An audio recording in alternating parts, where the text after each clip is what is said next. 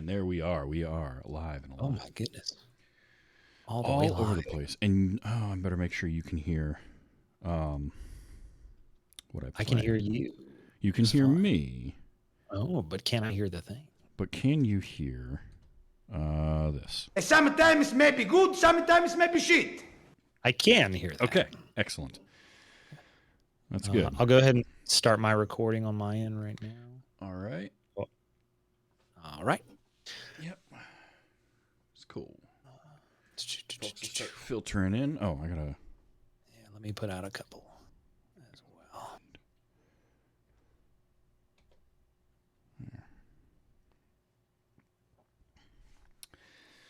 All right, I'm gonna get my recording going, and it is. So basically, the way I do the show, I play an intro.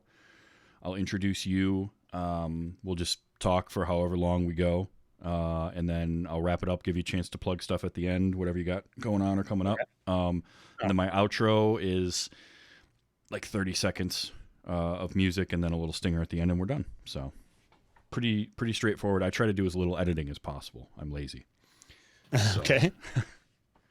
So you can hear things. I think if you're ready, I'm ready. All right. Give me just a sec to put out a couple promos for. And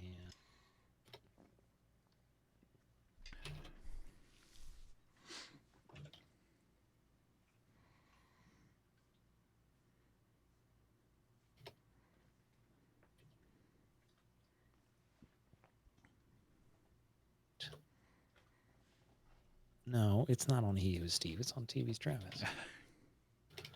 Steve, you fool.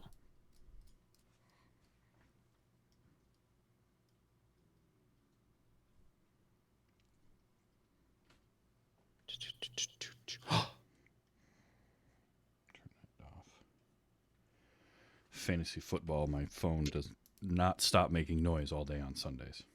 And I'm terrible. I'm getting housed again. All right. I am good. I've got my notes up. Yeah. All right. Excellent. I am good as well. So we are going to get started in 3, 2, 1. He is called Necron 99. He is one of Black Wolf's assassins. He travels the land destroying the believers of magic. Okay, let's go.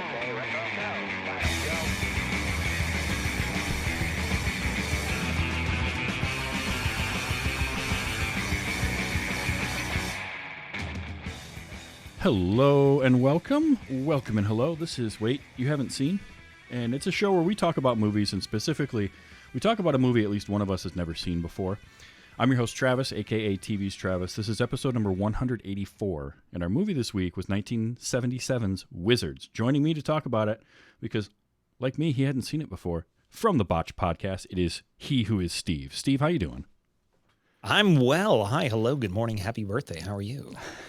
So you had not seen this movie, but you were aware of it. What sort of background or history do you have with this at all? So I've actually never seen any Ralph Bakshi movies. I'm well aware of him as a filmmaker. He exists very, very much in my film awareness light cone, as it were, with Fritz the Cat and the animated Lord of the Rings. Yep. And this particular film, which, the poster itself is iconic. Oh yeah. Even people who've never seen the movie, don't know anything about it, probably have seen the poster once in their lives. And I had never seen it. I knew I'd seen a couple critiques kind of on Bakshi in general on YouTube, and I wanted to see it. Sure. So now I have. I'm kind of the same way. I have seen a little bit of Bakshi. So I've seen his animated Lord of the Rings. I actually very much like that that version. It was the next year. It was actually 1978 that came out. And I'd seen long time ago. I saw Fire and Ice. I remember nothing of it, and I I've seen Cool World as well, which is sort of, that one's very weird too. Oh, that was Bakshi? That was Bakshi. Yeah. I lied. I have seen a Bakshi film. Now, I haven't seen any of his early stuff. I haven't seen, what is the, Fritz the Cat, and there was one called something like Heavy Traffic, I think it was called. Mm-hmm. Some of his earlier, very, more controversial stuff, we'll say. But I hadn't seen Wizards, and like you, I was aware of it. I've seen, it pop up on lists or critiques here and there talking about Ralph Bakshi. I understood it to be more closely related to something like Star Wars because of the way it's been talked about. Right. So it was not that, and it was very different from that in a lot of ways. The marketing people would love you to think it. Yeah. But yeah, no. It's crazy to think this came out the same year as Star Wars, or just a couple months before that, from 20th Century Fox. Fox had both of these. They gave George Lucas, I can't remember what the budget was for Star Wars. It was a small budget in terms of like filmmaking, but it was still pretty substantial in the, I think, 20 million, I want to say, something like that. Sounds about right. They gave Ralph Bakshi $1.2 million to make this animated film. And you can see some of that on there, but Oh, absolutely. there were some cost-cutting corners cut that give it away. But what I'm curious about is, just as a movie watching experience for your first time, what'd you think of it? So I don't know how much you know about me, particularly in my relationship with media. I know we connected through our mutual friend Philip Keating, and I tend to be extraordinarily critical of the media I consume. I'm big into writing. I really like a universe or a script that's very coherent. And I was like, from what I've heard about this guy, this filmmaker, and from what I've heard about this movie, I really need to turn that off and just kind of soak this in. And I did. I was like, I'm not gonna think about it too much. I'm going to turn off all the lights in my house. I'm going to turn my volume way up on my TV. And I'm going to sit on my couch, and I'm just going to let this film kind of wash over me. Okay. And if you let that happen, it's a trip, man. It is. This film is a whole mood, as they say. It is absolutely wild. You'd think you might have a beat on it, and then it kind of throws a curveball at you, and it'll just it'll switch tone, it'll switch style, it'll switch completely in animation. Yep. It is just a wild ride. Very strange, very funny, a lot of character to it, and the budget definitely shows, but man, they managed to put a lot of charm and character into it despite those obvious restrictions. Yeah, I think one of the things that, because I sort of had the same thought, as like I tend to be kind of the opposite end, where I sort of just like everything, and sometimes I may watch something and not love it that first time, but I might be willing to give it a second watch, and sort of then I can appreciate for what it is. There are times where I just watch something and I'm like, nope, like for this show a few months back, I watched the M. Night Shyamalan The Last Airbender. Okay. The live action adaptation of that series, and it was awful, and I have no desire to ever watch it again. It just bored me to tears. I have never heard another opinion on that movie other than basically exactly that. So if I don't like something, it's got to be pretty bad, because like I can suffer through so much. What I liked about this was they went whole onto, we're going to make something brand new, and we're going to build a world. We're going to tell you all about this world. Plot-wise, not a lot really happening. There's sort of... It's a very simple story. Yeah. Absolutely. Now, I'm a fan of simple stories if you give me everything else around it. And he really tried to build this world and give you characters. Some of it works, some of it doesn't. Some of the characterizations are kind of silly, but like at the same time, I had a good time with it. You got Avatar, who's he what was it? His voice actor Bob Holt got cast because he did. Ralph Bakshi loved his Peter Falk impersonation. Is basically what he did. So he cast him, and he's totally just doing it's Columbo the whole movie. He did. He voiced Grape Ape. That's Yeah, okay. He voiced Grape Ape. Holy cow! I did not realize that. That's awesome. I watched a lot of Grape Ape when I was younger. I mean, it was Hanna-Barbera cartoons were all over the place. Oh yeah, absolutely. But like Avatar, and then you've got why are names suddenly going away on me? Eleanor. Black Wolf? Black Wolf. Eleanor. Oh. Well, okay, we'll get to Eleanor, but Black Wolf, which is his twin brother. So I loved the fact that they do this very simple fantasy story, but they're born as twins and they're like diametrically opposed. But I loved the design of both of them.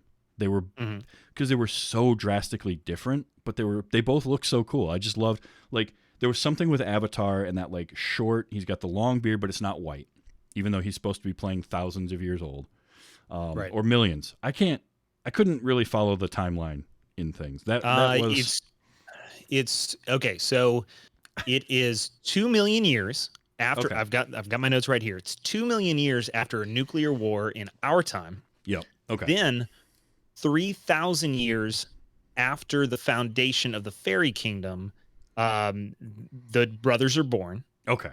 Then an unspecified amount of time after that, their mother dies, they fight, and this is 3,000 years after that fight. Okay.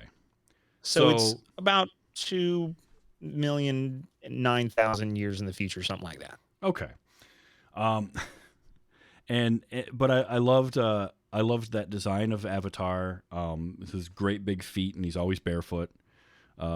What's funny is when we're introduced to him, he's smoking a cigar with his foot. Oh, that's the fantastic thing about it is in the intro, which is all sepia toned stills that just kind of pan over, and this is part of where the budget comes in. But they're actually the stills are absolutely gorgeous. They're fantastically done and shaded. The art style makes Black Wolf looks like the horrible evil guy, and makes Avatar look like this stern gnomish hero. Yep. And then we meet him 3,000 years later, and you're like, oh, he's old. He should be an old, wise Gandalf type character, but he's just a dirty old man. Yeah, he's a drunk and a little bit of a pervert, and he's just this like he's the good wizard, but he's just this like doesn't give a crap old dirty old man. It's hilarious. Oh yeah. And honestly, like you're right. You think, okay, he's going to be this, and then you remember you're watching something written and directed by Ralph Bakshi, right. And so here's our hero. Right. And then there's the design of Black Wolf. Is awesome with like the missing flesh on his arms, but like the skeleton arms. The skeleton arms where the bones look reversed, like they don't look right, so it gives you this weird, otherworldly thing. I loved that. I thought that was really cool. I liked the designs, a lot of the designs of characters.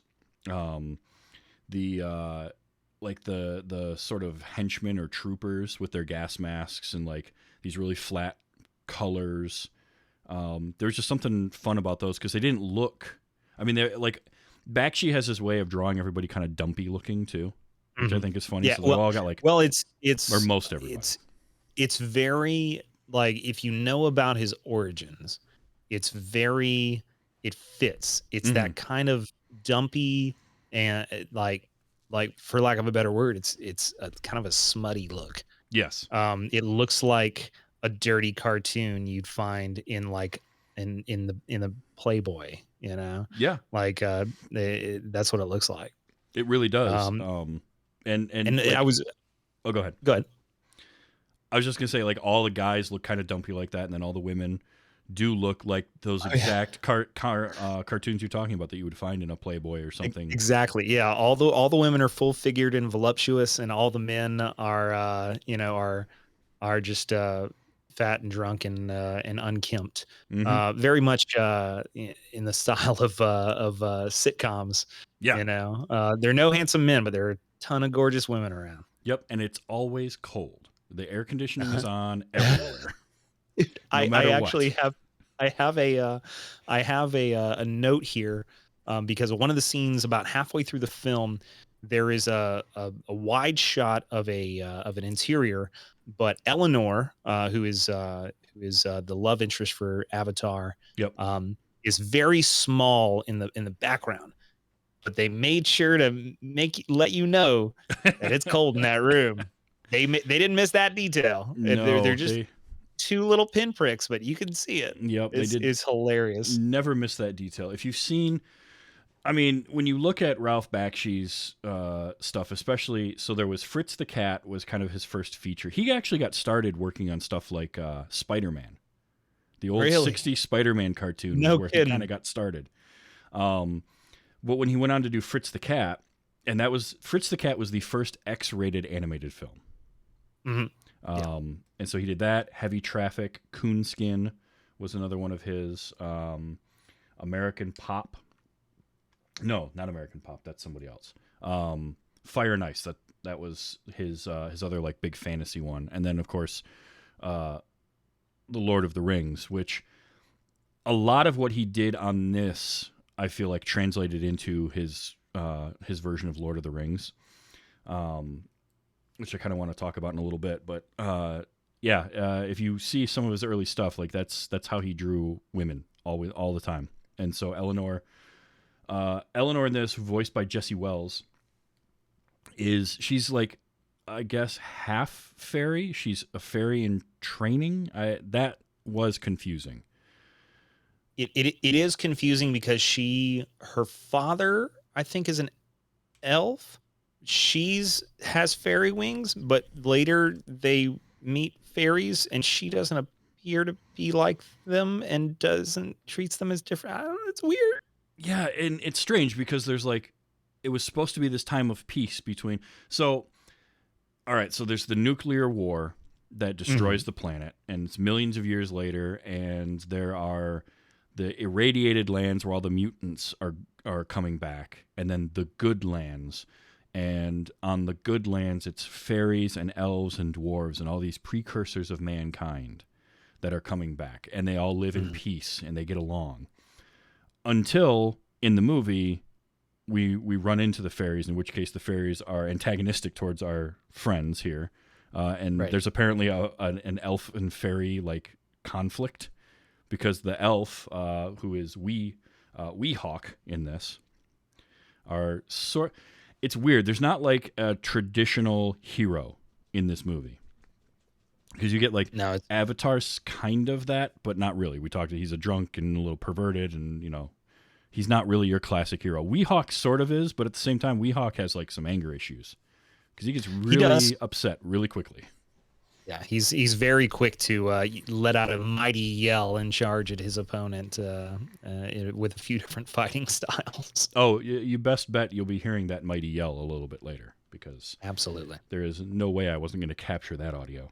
But like Eleanor is the king's daughter, although Avatar is supposed to be running the kingdom. I thought but he's not the president.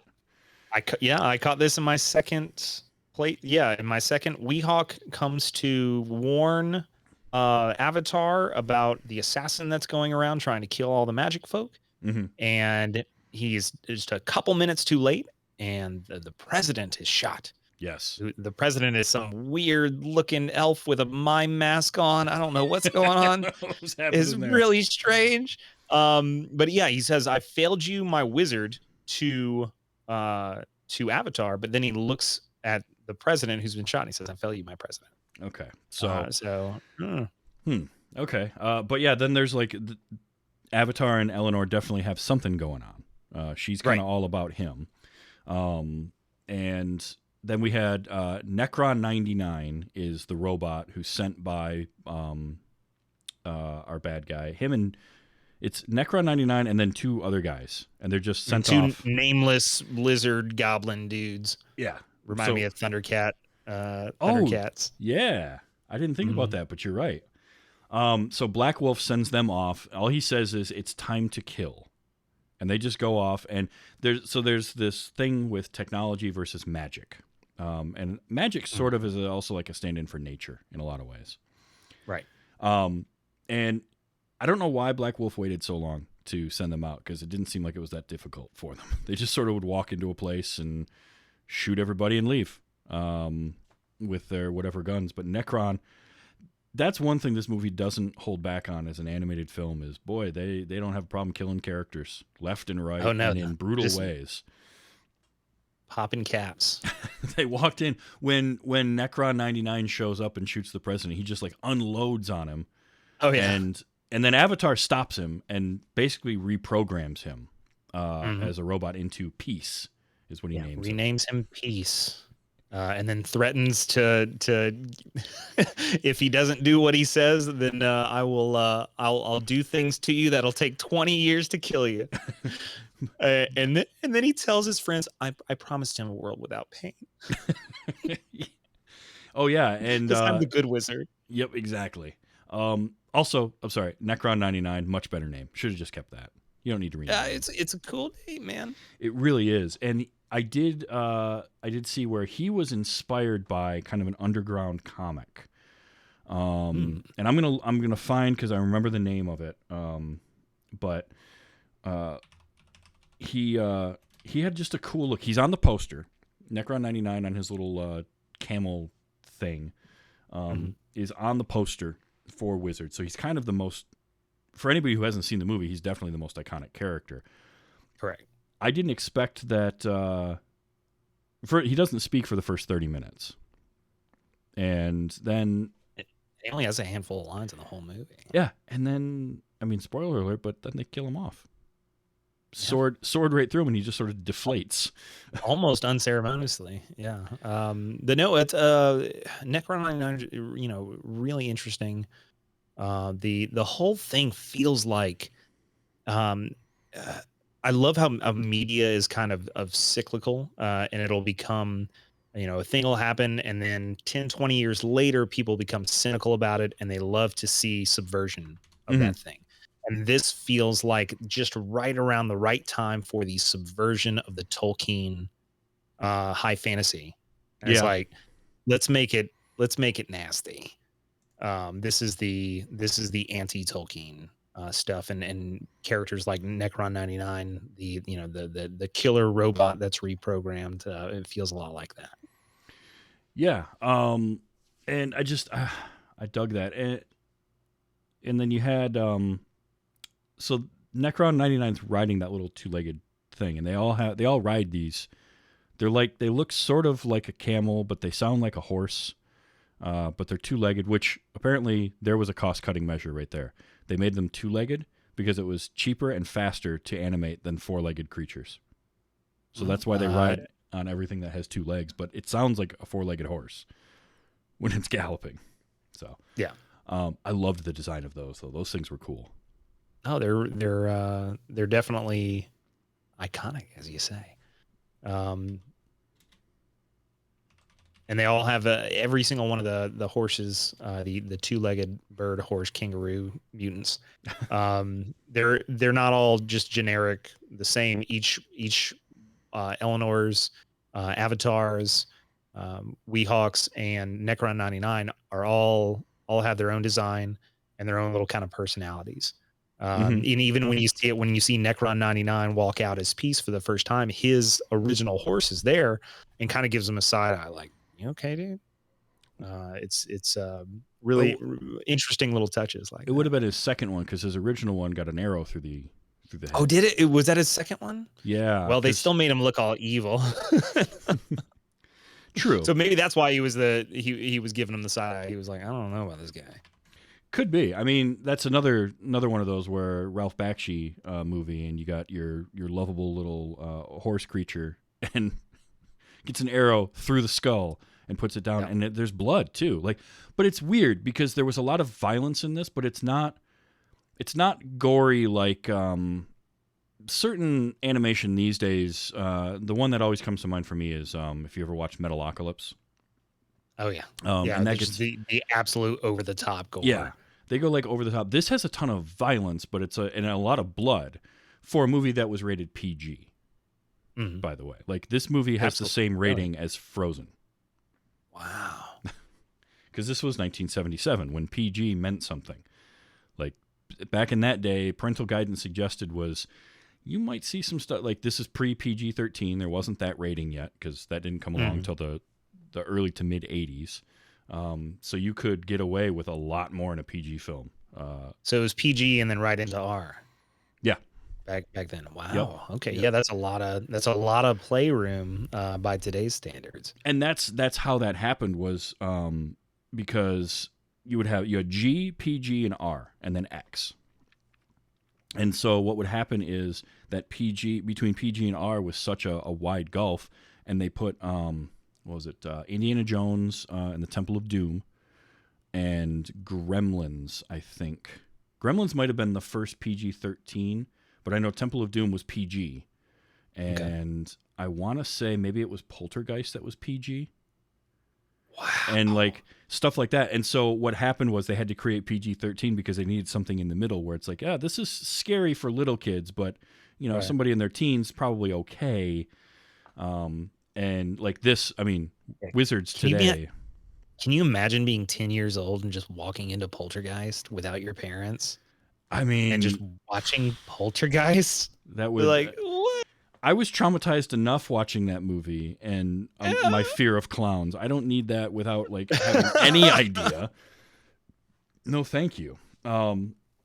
So, you know, it is what it is. But yeah, this was PG, which just blew my mind when I saw that. I'm like, holy crap, the stuff you could get away with. Because there's, and you know, obviously some of it is like they're non-human characters, but the way that Eleanor is drawn and sexualized throughout the whole movie. There was at least one of the fairies that's just straight up topless that like jumps into one of the fights. And obviously all the battle scenes. There's a lot of just, I mean, just people getting mowed down. Well, even, you know, and even just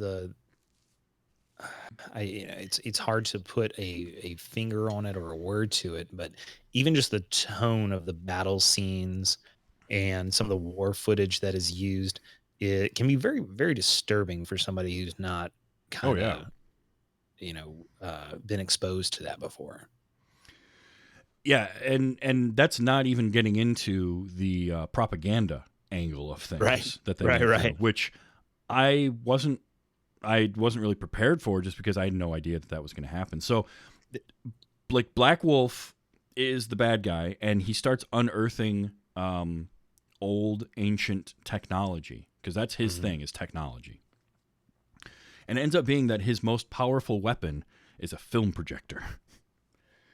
Yeah, he calls it the Dream Machine. Yes, that plays exclusively World War II Nazi propaganda films.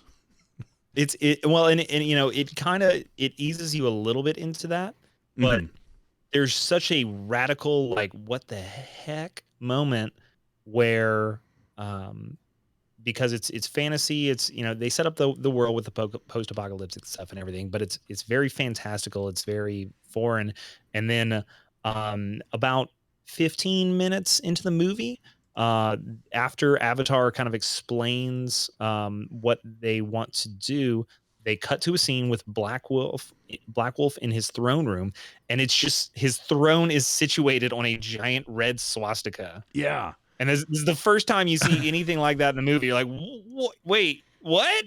Yeah, we're not pulling any punches on this one. It's just he's guys. the bad guy, by the way. Yeah. Hammered home in that scene, by the way, where which I really want to get into some of these visuals, because that scene in his like throne room just looks so surreal and so cool. They have live live action like smoke footage in the background of like a smoking cauldron almost. It's really neat. Yeah. But that scene where the first time we see the red swastika on the ground, and that when it ends, when that lizard creature is like pulling stuff off of that thing hanging there, and it spins around, you see a Star of David on it too. And I was like, we're just not subtle at all. Not even going full bit. force on this one, whole hog. Yeah. So story wise, I mean, it's basically just Avatar, Eleanor, and the other Peace and Weehawk going to stop Black Wolf is essentially what's supposed to happen. But that takes them a while to get there, and when weird stuff happens along the way. But that's where kind of we were talking about, like, it's a very simple story, and it's just weird shit that follows them throughout the whole, like, they run into fairies and get captured by them. But by the way, did you recognize the voice of Sean? I did recognize the voice of Prince Sean, who has about 3 or 4 lines in about a 1.5 minute sequence in the movie. Mark Hamill, who is featured heavily in the marketing for this, because, like you said, it came out the same year as Star Wars, and man, Fox was going to capitalize on that. Oh, absolutely. But yeah, Mark Hamill's like 3 lines in the movie, and then he gets shot. they just blow him away, and that's it. We don't ever talk about him again. And then like the rest of the fairies apparently don't trust them now, so now they've got him trapped, and they got to rescue Eleanor and all that. And yeah, it's kind of like almost like a road trip movie in a way because of that. They get separated for a little while. There's some trippy sequences with Avatar and Weehawk at one point when they're running. Did you follow most of that? Where they like run? They were in some caves or something. So from the moment that Mark Hamill's character gets shot to about when Avatar finds Eleanor, because she's been taken captive by the fairies in a cave. Yeah. Between those 2 moments, the movie kind of loses its mind a little bit, because Eleanor is just somehow magically instantly transported to where she is imprisoned. There is no transition sequence, or they don't show her being kidnapped. She's immediately in this prison far away. And there are some, like you said, some very trippy visuals. Weehawk gets like lost in the darkness, and he's fighting like an invisible enemy with his sword, and gets sidetracked, and I don't know what's going on. But then Avatar climbs down in the cave, and everything's fine again. It's good. Yeah. Is that where they get separated? No, it's later on when Weehawk and Peace end up off on their own. No, it's during they get separated in the cave system. Because, okay, yeah. When he fights Eleanor and Avatar leave the cave together, and then they meet back up with Peace and Weehawk in the mountains later on. That's what it is. Okay. In the wintry, snowy mountains, they just happen to run into him. Right. They're definitely not Lord of the Rings inspired wintry, snowy mountain. Exactly. And then we get like the twist or turn where Eleanor. So that's when like they're going along, and then just a tank rolls up on them out of nowhere. Okay. So we skip one of the really strangest sequences in this film, because it does follow a lot of our heroes, but it will cut away to smaller characters and smaller things going on in the world. And a lot of them is following foot soldiers in Black Wolf's army. Yes. And yes. In between that time, there's a cutaway to soldiers in Black Wolf's army, who have kind of taken over a town, and they are sent into a church. Oh yeah. And they don't know what it is. And he's like, what, one of them is like, what's this? Like, it's religion, man, you dumb. And they go inside, and it's like filled with old Coke machines and pinball machines and stuff. What is all this stuff? It's religion, I told you. And they find these 2 like dwarvish priests, because they say, oh, I guess you need God on your side. Right. And they try to convince them to, get the townsfolk behind them, and they go into this absolutely wacky Looney Tunes sequence where they're like pouring water on each other and spanking each other on the butt, but the voice actors are doing this kind of mumbled prayer the whole time. Yeah, that's right. Because that was the so priest. strange. It was the priest doing their daily prayers. Right. And But they're doing all this bizarre stuff to each other. It was a trip, man. It was funny as heck. it was crazy, like out of nowhere, and it was funny. And then there's a cutaway, and it comes back, and it's like, this has been going on for 5 hours. Let's just leave. Yeah. And they're still doing the whole thing. Those cutaways are great. There's the Fritz is dead cutaway early on with the two soldiers, which was Ralph Bakshi was actually the voice of Fritz in that. Okay. And that was somewhat because was it Harry Crumb had killed the character of Fritz the Cat? Oh no, he killed my boy. Because and I don't know if it was in response to Bakshi's movie adaptation, but he had killed that character, and so that was sort of Ralph wanted to put that in the movie, I guess. The whole Fritz is dead scene, which again, just it doesn't fit anywhere, but yet it kind of fits the tone.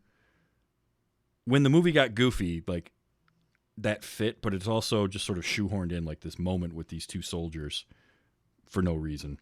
Robert Crumb. Harry Crumb was a John Candy character. Thank you.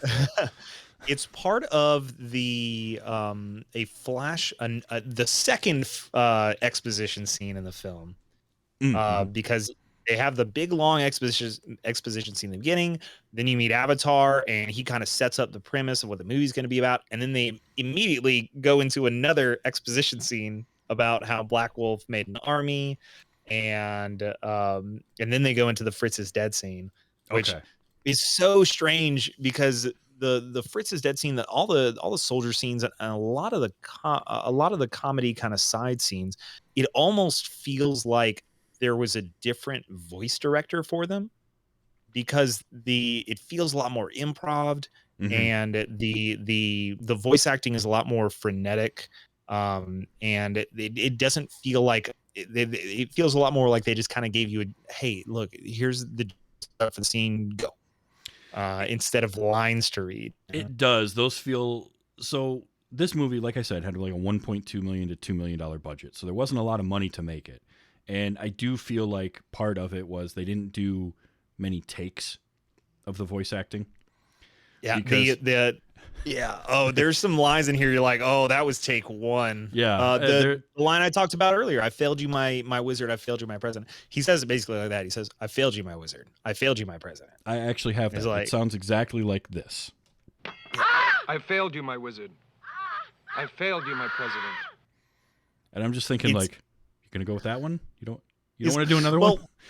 Was that the read? Was that just him? Was that the original read? And they were like, "Oh, we forgot to get him. We forgot to get him to actually record the line, but we got him reading it That's good as enough. a stand-in. Now we'll put it in there."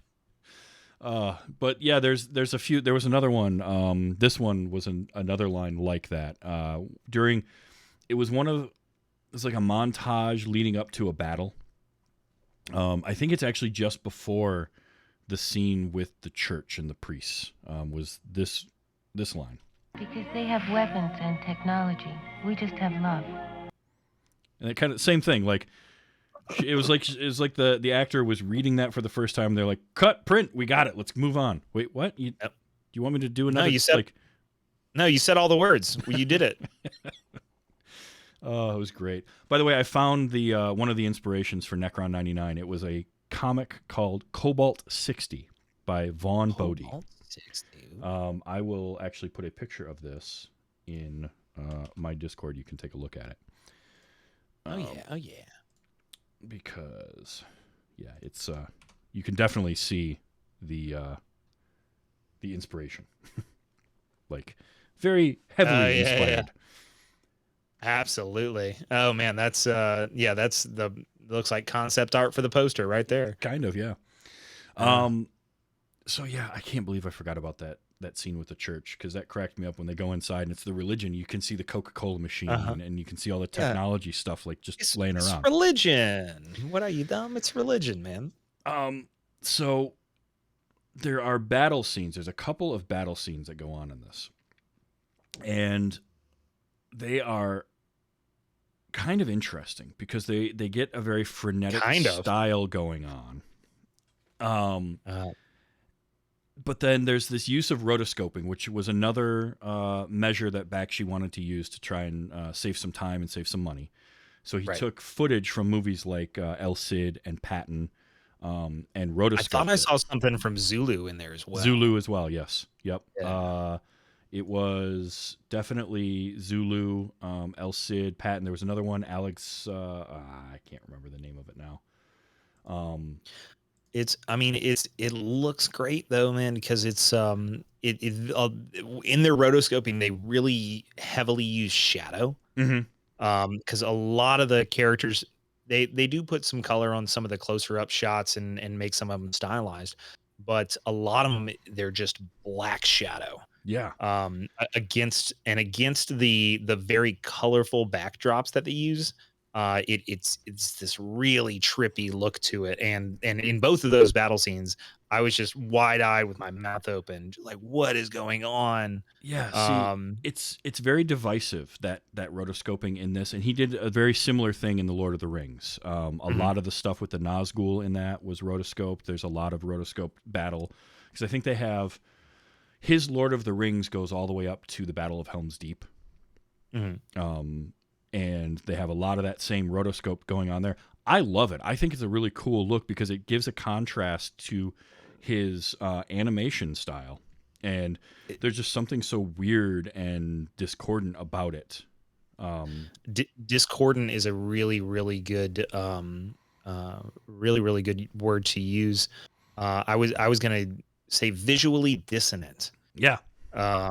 It feels it's like watching symbols being clashed in your ears, and you just like you don't know what to look at, and it's just these images flashing at you. And in one scene there's a Nazi tank that's been rotoscoped red, and the next one there's a bunch of knights on horses. Yep.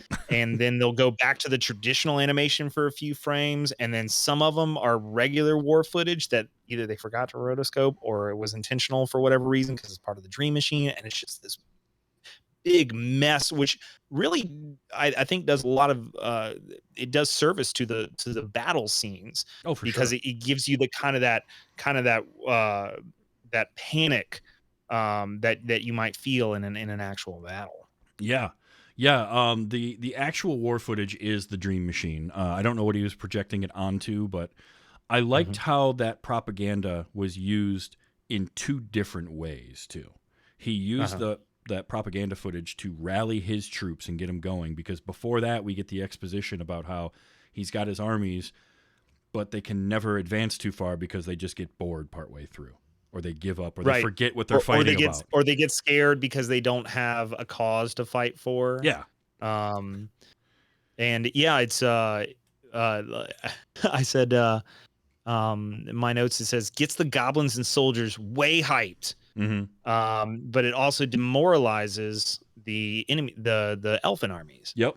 Yeah. So you used it in both capacities to great effect, and yeah, I thought that was really interesting use of propaganda, and it's like I mean he's not subtle in anything in this movie. No, in this the sound. So in addition to the dissonant visuals, the discordant visuals, as you said, there is a lot of constantly changing audio Mhm.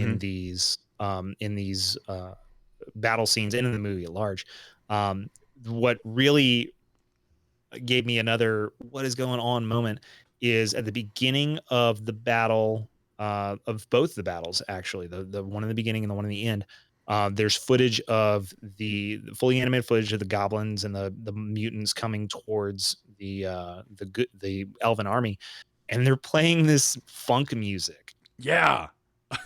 as everybody kind of walks in rhythm to the funk music. Mhm. This big heavy bass, like the footsteps going through. It's wild and it's weird, and it fits somehow. I don't know. You know what it is it's got Bakshi's animation and art style feels very 1970s, and Oh that yeah. funk music feels very 1970s, and it fit, and it sort of you know, I mentioned how it comes out the same year as Star Wars, and it kind of gives you an idea of what other sci-fi movies were doing at the time. We're doing a lot of these either synthy or like funk soundtracks Okay. to a lot of things. What set Star Wars so much apart was the John Williams score. Like if I still to this day believe that if they don't tap John Williams to do the score of Star Wars with classical in the way that they did, it's a good movie, but it's not remembered the way that it doesn't become Star Wars. That music brought it to a different level. Totally. The score made, well, I mean, a lot of things made that movie, but Right. all the pieces had to come together, and John Williams' score is absolutely one of those things. Yeah.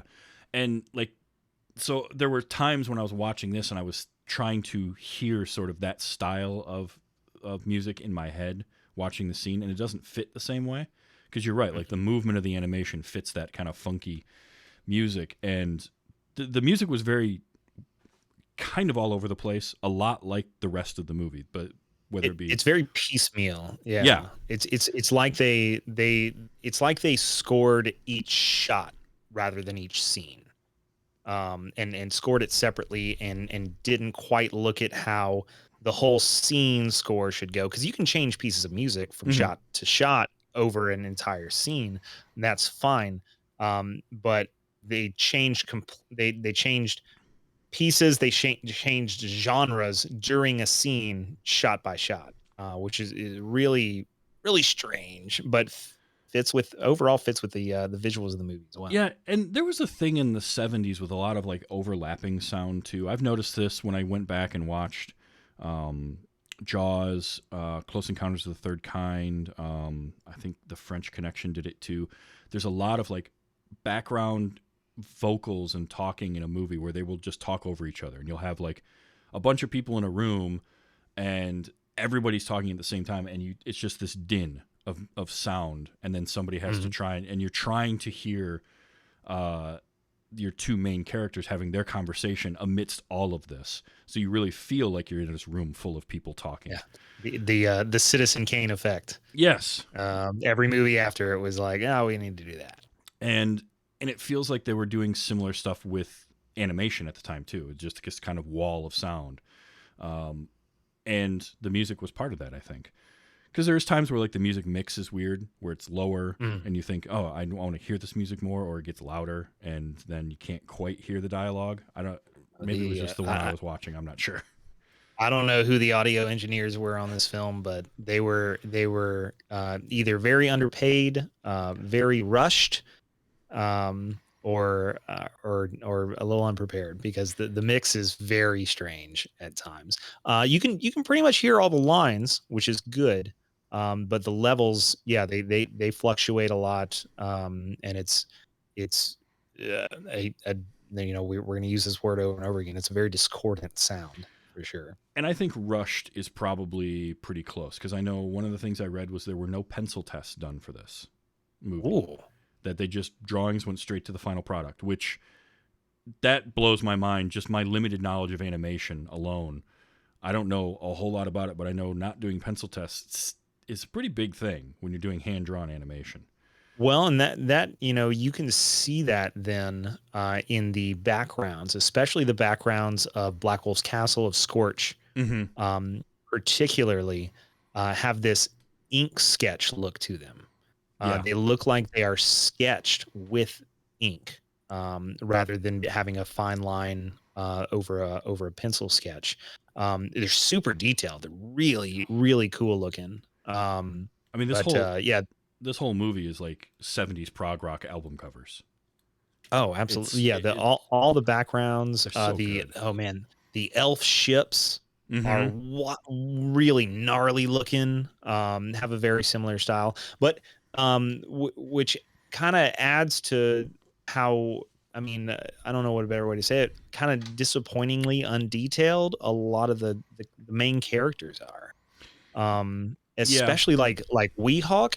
I looked at Weehawk, and the second time I watched it, I watched the second Elven battle right near the end there, and a lot of the extras, if you could call animated characters extras, are more detailed and have more of a unique look than Weehawk. it's really strange. He But had a you know, very yeah, he had budget, man, like and again, I think that's what it is. There's like that lack of budget and absolutely. time. Because Weehawk was, of the four main characters, he was the least interesting, both visually and like from a story standpoint. He's just kind of the guy that's there. Well, except for one shot, which I could not help but notice near the end, um, as they're sneaking into Black Wolf's castle, and it's just before the final battle with between Avatar and Black Wolf, and they're kind of lying on this rock face. Mm-hmm. So you're seeing them from behind. Weehawk's caked up, man.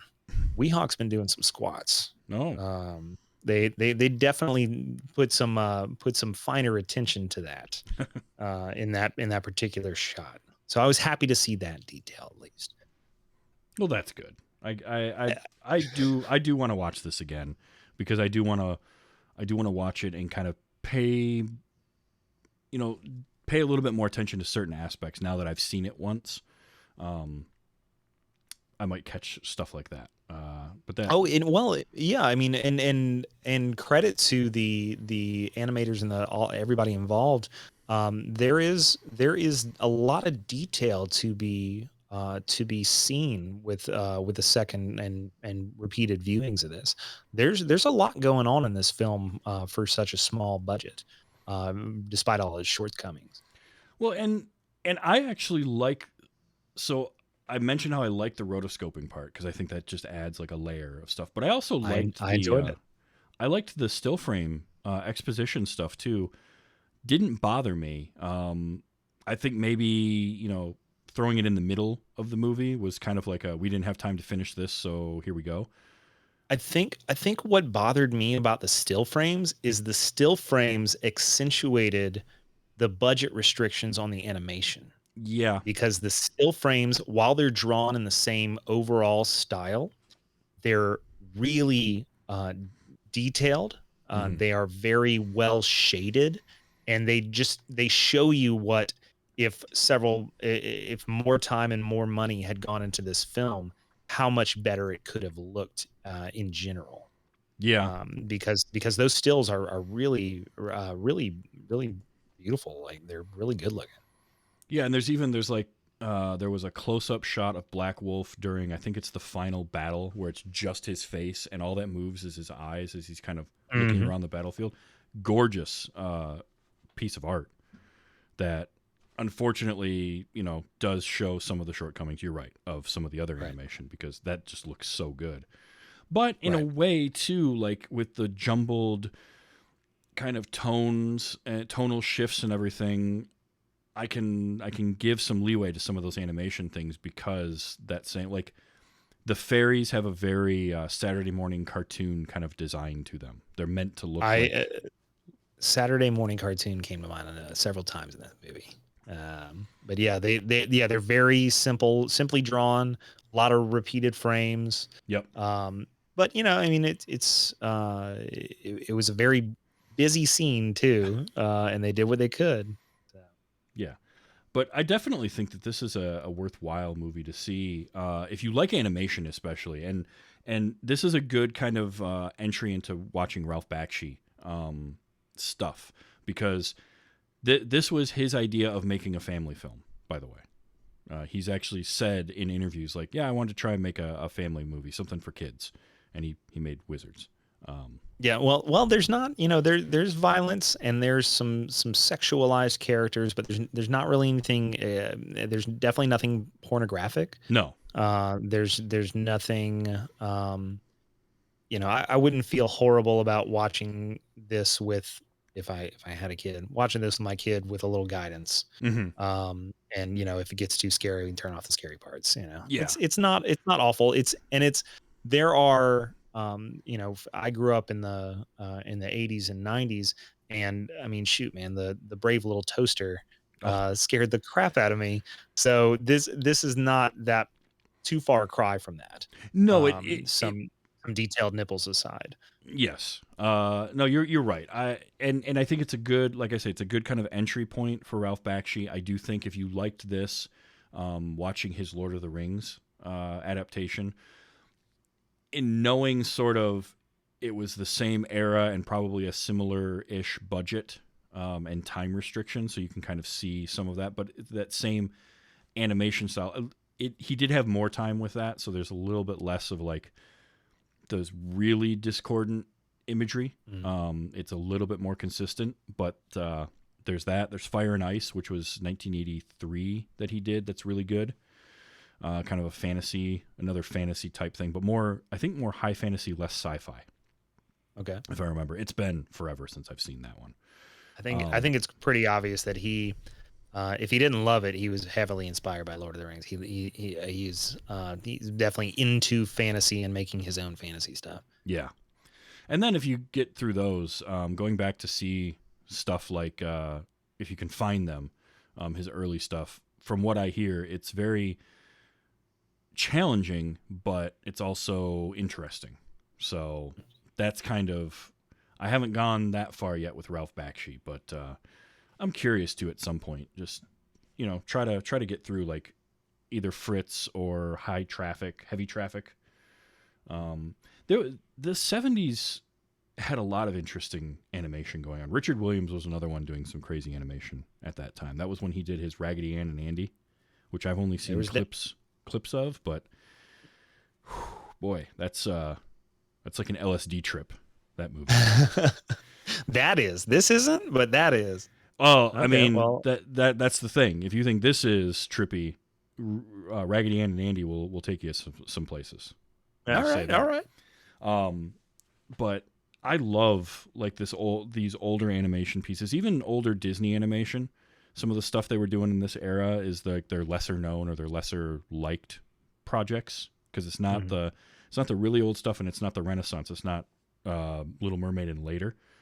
But there's something about these kind of late 60s to mid 80s animation, either from Disney or others. Don Bluth doing stuff at the time. Secret of Nim comes to mind. Is like there's something about that era and that style of animation that was going on, that they took a lot of risks. They took chances on things that, for me, was very interesting and a lot of fun to watch, even if it didn't always hit the bullseye, or would be like this movie where it's like, it's kind of a weird story, it doesn't make a whole lot of sense, but yet I had a really good time with it too, because they were trying something, they were going in directions, and you can tell they're really enjoying what they're doing.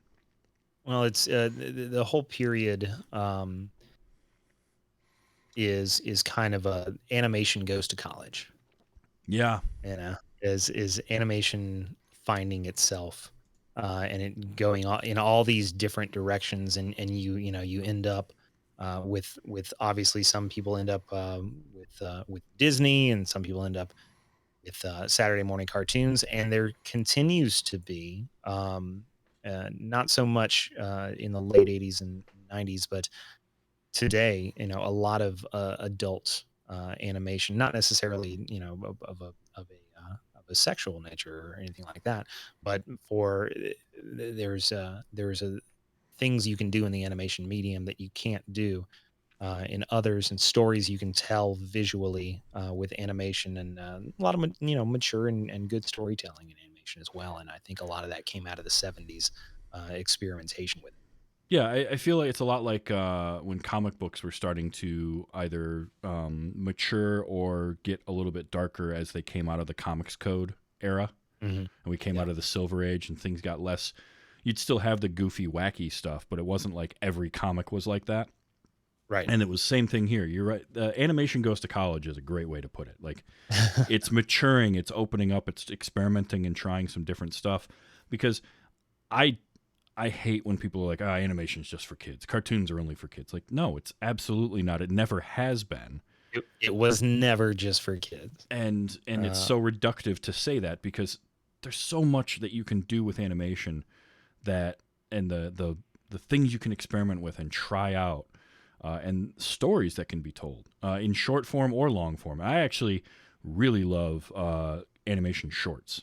We used to get I remember growing up, my parents would get these like either laser discs, which is dating myself a little bit, or later on there would be VHS tapes, and they would be these collections of animation shorts from like Canada or film festivals and stuff. And they were amazing because some of them, I'm like, I don't know what I'm watching right now, and it makes zero sense whatsoever, but I'm just drawn into it. And it reminds me, watching something like this reminds me of that. What I love about animation is that you can tell any kind of story you want. You don't have to be able to find or make the thing you want to photograph. You just have to be able to draw it. Mm-hmm. And you can put the camera wherever you want, and you can move the camera however you want. Yeah. It is limitless, aside from being, a 2D representation, but it just opens up visual storytelling so much. The animation medium does. Yeah, it really, really does. And watch more animated stuff, people. Just everybody. Like, embrace that. It isn't all Disney cartoons. Like, animation can go in so many different directions. Both, there's stuff today like Big Mouth where I've seen that and I just can't quite get into it, but I understand the appeal to it. Or there's stuff that is kind of universal, and like anybody from 7 or 8-year-old kids to 35, 40-year-old adults can watch it and appreciate it. I like the one that I always think of with that recently was Phineas and Ferb. It was a cartoon series that my stepson at the time loved, and I could sit and watch with him because it was so well produced and it was so enjoyable that it never felt like it was pandering to kids, but it was definitely aimed at kids. Yeah. And then there's other stuff, you move on and you see stuff like Adventure Time, which Adventure Time was heavily influenced by Wizards. You can kind of feel that. Yeah. I was watching Adventure Time, and it takes place in a very similar world. Mm-hmm. Adventure Time, I was watching that in college, and having a blast. It's hilarious. And I mean, you look at all the kind of cartoon. And that wasn't a mistake there. The cartoon show let a lot of animators put out a lot of cool and weird pilots that a whole lot of Cartoon Network classics came out of. Cartoon Network classics came out of. Yeah. Cow and Chicken came out of that. The Powerpuff Girls came out of that. Adventure Time came out of that. Yep.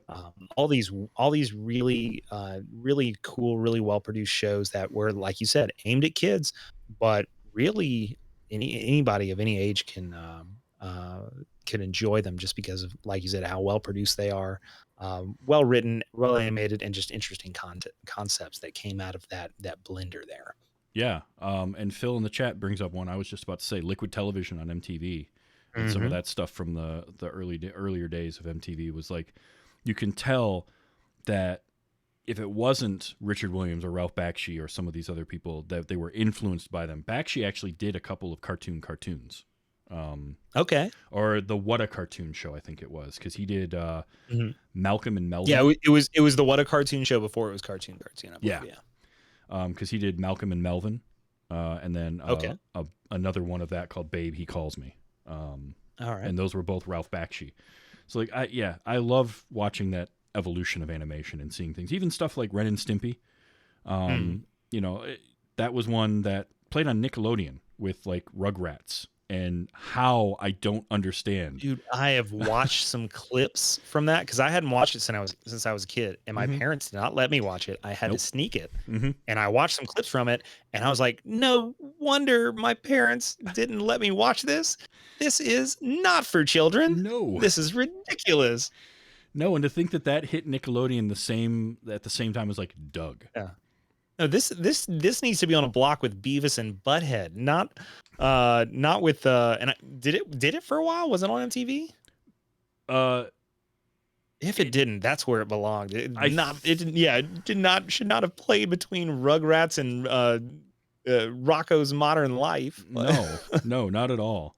But that's, again, those are like the fun things that animation can do and the places that it can go, because you can have something like Doug, which is innocuous and very, very like wholesome, and then Ren Absolutely. and Stimpy, and they can run at the same. They can be created at the same time, and it's like Share an wow. hour block. Which they never should have.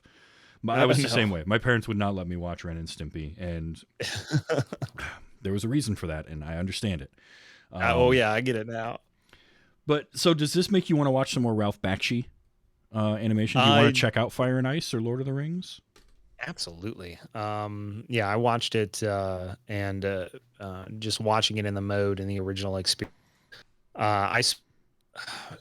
Half, 2/3 of the movie just with my eyes wide and catching flies with my mouth, just not knowing what was going on, but loving it, just loving the cacophony, both for my eyes and ears of that movie.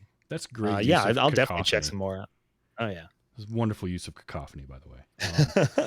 Yeah, so there is one thing. So I grew up on the Rankin Bass Hobbit movie.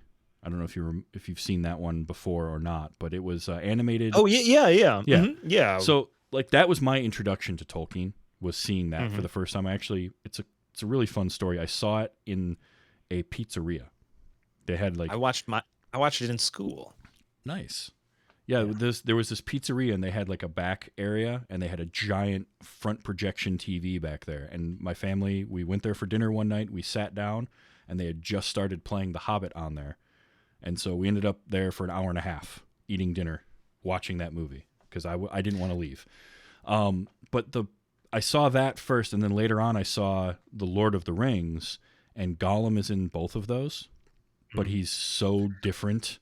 That was my exact thought when I saw Gollum in what was it, in 99 or 2000, when the Fellowship of the Rings came out, and you only really see him in shadow in the Fellowship of the Ring, but in the Two Towers you see him, and I was like, that's not Gollum. Gollum looks like a weird compound eye fish dude. He does. He does, but that's not how he's described in the book, but that's how he looks in that animated movie for sure. Oh man, that animated movie, like, all my thoughts on Hobbit come from that.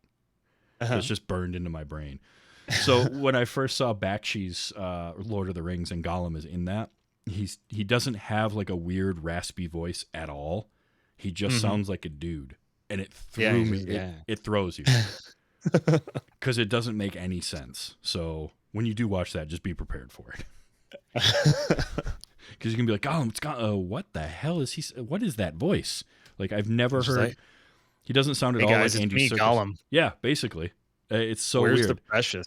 He sounds more like Samwise than he does Gollum. It's so strange. Well, I'm really glad that you offered this movie up and wanted to watch this one, because this was super fun. Heck yeah, man. I have a couple more sound clips that I wanted to play because these were too good. First of all, I might start using this as an exclamation, because it just cracked me up. Holy chrome! Holy chrome! Yeah, holy chrome! They and Weehawk and Avatar both say that several times in the movie. So it's kind of an in-world exclamation. I love little things like that where they're like, oh, what do people say in this world when they're surprised? I love little bitty world building things like that. So. That is some great world building. It's kind of like the first time I watched Firefly and something would happen and they would swear in really bad Chinese. And it was that type of thing where it's like, it's such a small thing, but it just fits, and it gives you like this quick introduction into the world when you get these little exclamations. Farscape did that really well too, where they would come up with their own swearing and their own exclamations. So holy chrome might become something that I say a lot. There was also the scream. So Weehawk, when he first fights, so that whole sequence, you've got the two, Weehawk and his buddy, who is nameless, and they start riding on their horses or whatever those camel things were. And it's like, well, I wonder which one of these guys is going to be our hero. And then immediately one of them just gets blown away right off his camel. It's like, well, it's not him. Yep. And we get that chase, which that chase was really good. I enjoyed that. And then I think I enjoyed it. It was the first time I said they reused that. Oh yeah, a couple of times in that. And it felt almost Scooby-Doo-ish, but if Scooby-Doo had really, really spectacular backgrounds. Yes, instead of the same 10 feet. The same ones, yeah, every episode. But after that whole chase sequence, and then Weehawk shot Necron 99's camel, and Necron 99 comes walking up, snaps the twig, and it's like no hesitation on Weehawk's part. He hears that twig snap, turns around, and just lets out.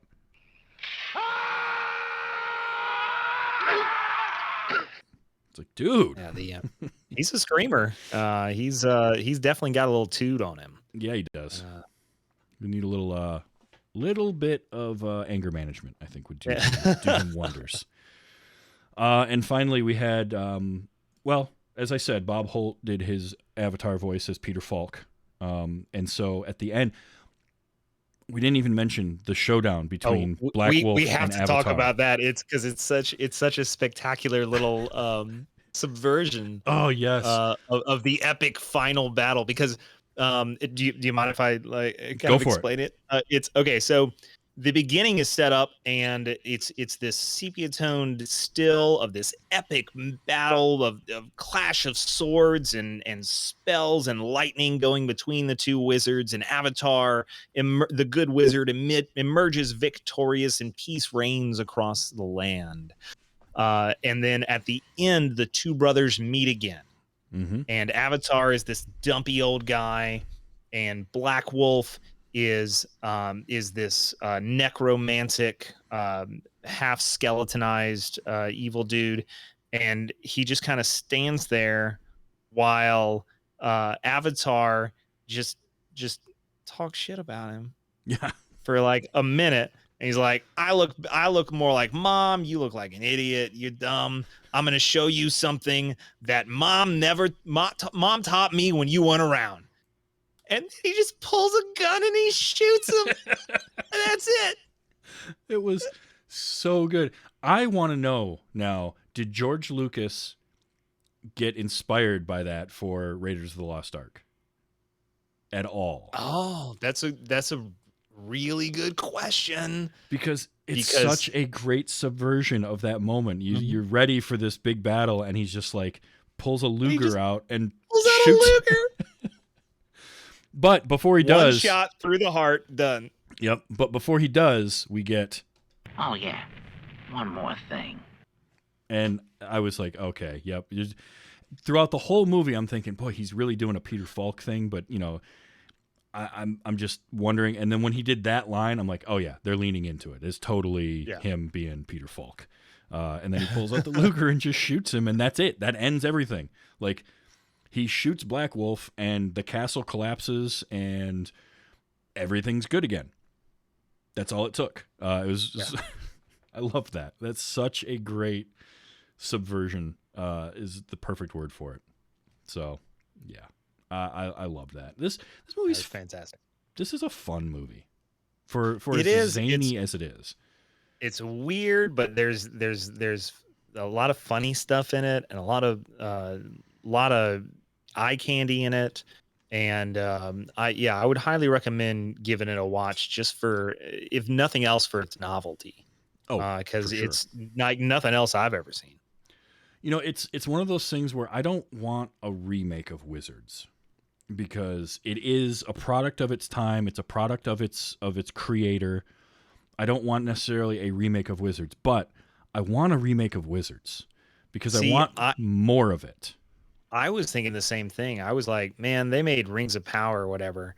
I'd like to see Amazon put $1 billion into making a gritty live action reboot of Wizards. Because you could, there's a lot, it's a simple story, but you could really stretch this out into a few seasons of television. There's a lot of world to explore in here. And I would love to see a reboot of this film. Because that's just it. They spent so much on the world, and there's so much interesting just there, that I'm with you. I think a series would be the way to go with it. Absolutely. And just flesh that out, and let it be the simple story that they told in this movie. Just stretch it out and give it more. Well, and beef up those characters. Yeah. And Absolutely. I think there's a lot there.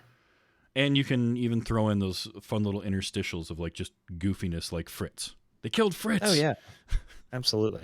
And he's like, I just want to come back to that one because he's freaking out. They killed Fritz, and he just starts shooting in all directions. Oh, no, and then I'm okay. Fritz just stands up. I'm fine. Look, it's just a scratch. I'm fine. And then he shoots him accidentally. He gets and mad that he's alive. You stepped on my moment. Yeah, Ralph Bakshi did the voice of Fritz. He was also the voice of the when the other one where it's the two guys and the one guy's like, I don't want to hurt things anymore. That was also Ralph Bakshi doing that voice. I want to respect all life. I don't want to hurt things anymore. Oh, but Black Wolf's got a weapon. We'd be invincible. We can't lose. Oh, let's go. So good. Well, thank you so much for being on this week. This was super. This was a great conversation, and we definitely need to do this again. You're welcome back anytime. Yeah, man. Thanks for having me. Absolutely, I'd love to come back. So, when you're not coming here to talk about 70s animation with me, where can people find you? Oh, you can find me in all sorts of places. You can find me on YouTube, where I make totally serious reviews, satirical video game and movie reviews, which I think are pretty funny. You can find me on TikTok, where I like to take my shirt off. You can find me on Twitter, where I shitpost a lot. And you can find me at Botched Podcast. We stream live here Monday and Tuesday nights on twitch.tv/Botched Podcast. And you can find our D&D improv comedy podcast anywhere podcasts are found. Excellent. Yeah, Botched Podcast. It's great. You guys are all wonderful. And I had a great time coming on the D&D stuff with that's still like I wasn't prepared for what we did. Now, you were on our mech episode, right? No, it was U.S. Acres, Garfield. Oh yes! Oh my goodness, that was so the murder mystery in U.S. Acres, which is it's a Patreon only episode on patreon.com/podcast. It's worth it to sign up for just for that because that went places. Yeah. It was weird. It was so Dennis made my childhood so creepy. I know. Oh, but yeah, Botched is great. I caught you guys last week. What was the movie you were watching last Monday? I wasn't on there, but I believe they were watching. What were they watching? Roadhouse. Oh, that's right, Roadhouse. Yes. That was fun. So definitely check out Botched Podcast, where you can hear more of Steve. Phil Keating, who's been on the show. Dennis has been on a couple of times. Everybody over there is great. It's wonderful. You're all welcome back anytime. So now, if you enjoy this show, you can catch it live Sunday nights at twitch.tv/TVsTravis, 8 p.m. Eastern Time.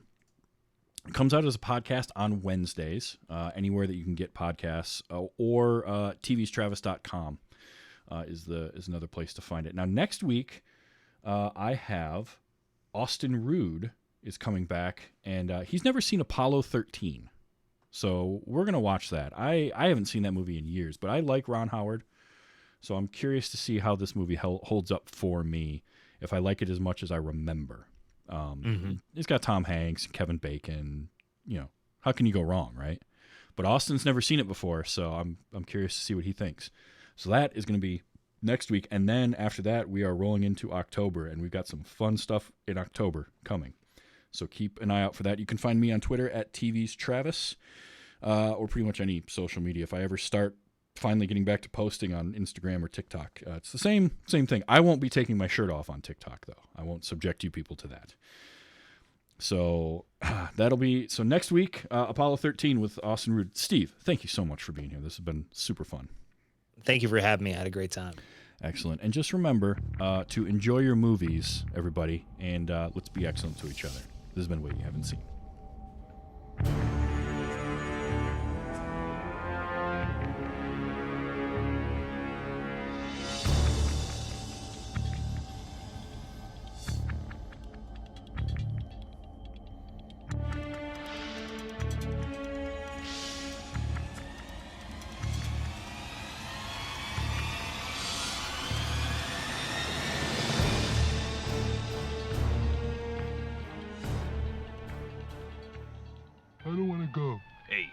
Black Wolf calls and we go. I don't want to fight anymore. You gotta. You gotta. You gotta fight. But I don't want to fight anymore. Those soldier scenes, so wacky, man. Those were the ones I really felt like the voice director was like, "Hey, just do something. Yeah, just have some fun." Do something." Yeah. Oh, awesome. It's funny. I keep looking at this cover for Cobalt 60. And I'm like, I want to read some of these. Something about that art. I looked at some other ones earlier today, and I just could not remember Cobalt 60 to save my life. What I wondered was Tank Girl inspired by this? Oh man, it had to have been. Yeah, right. Like, because it's that weird post-apocalyptic stuff, and that would make was sense too, because I think Tank Girl, I want to say, got started in like the mid to late '80s as a comic. In the was 80, so he would have seen this as a kid. Mhm. Yeah, this and heavy metal and stuff like that. Oh yeah, Tank Girl is one of those too. That movie is underappreciated for what it is. Like, it's not. I can't sit here and say Tank Girl is a good movie, but it's got a style. It does, and you can tell how much Lori Petty enjoys being in that movie, and like just everybody in there. Plus, I remember the first time seeing it and realizing Ice-T was the voice of one of the Rippers. And then he has that line where they're like, "What were you in your previous life?" He's like, "I was a cop." And this was before. This was before he was. Yeah, it was before he was Detective Tutuola, and I was like, "That is brilliant." That's awesome. Oh man, so good.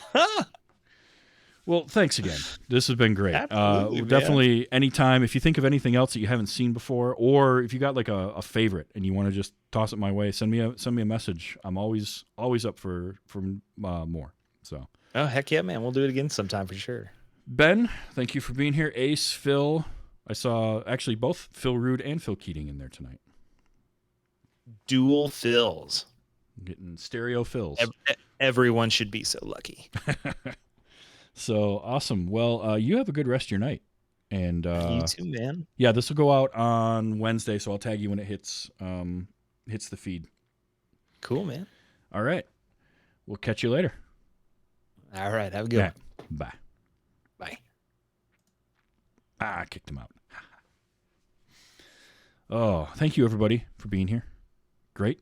Let's see. Tomorrow night we are back in the saddle for Those Were the Days and the Flintstones episode about the Great Gazoo. Tuesday is Highlander and probably some more BioShock on Wednesday. My weekend kind of got away from me, so I wasn't able to play any more BioShock this weekend, but that'll be coming up. So definitely come back for that. But until then, thanks everybody for being here, and I will catch you all later. Bye.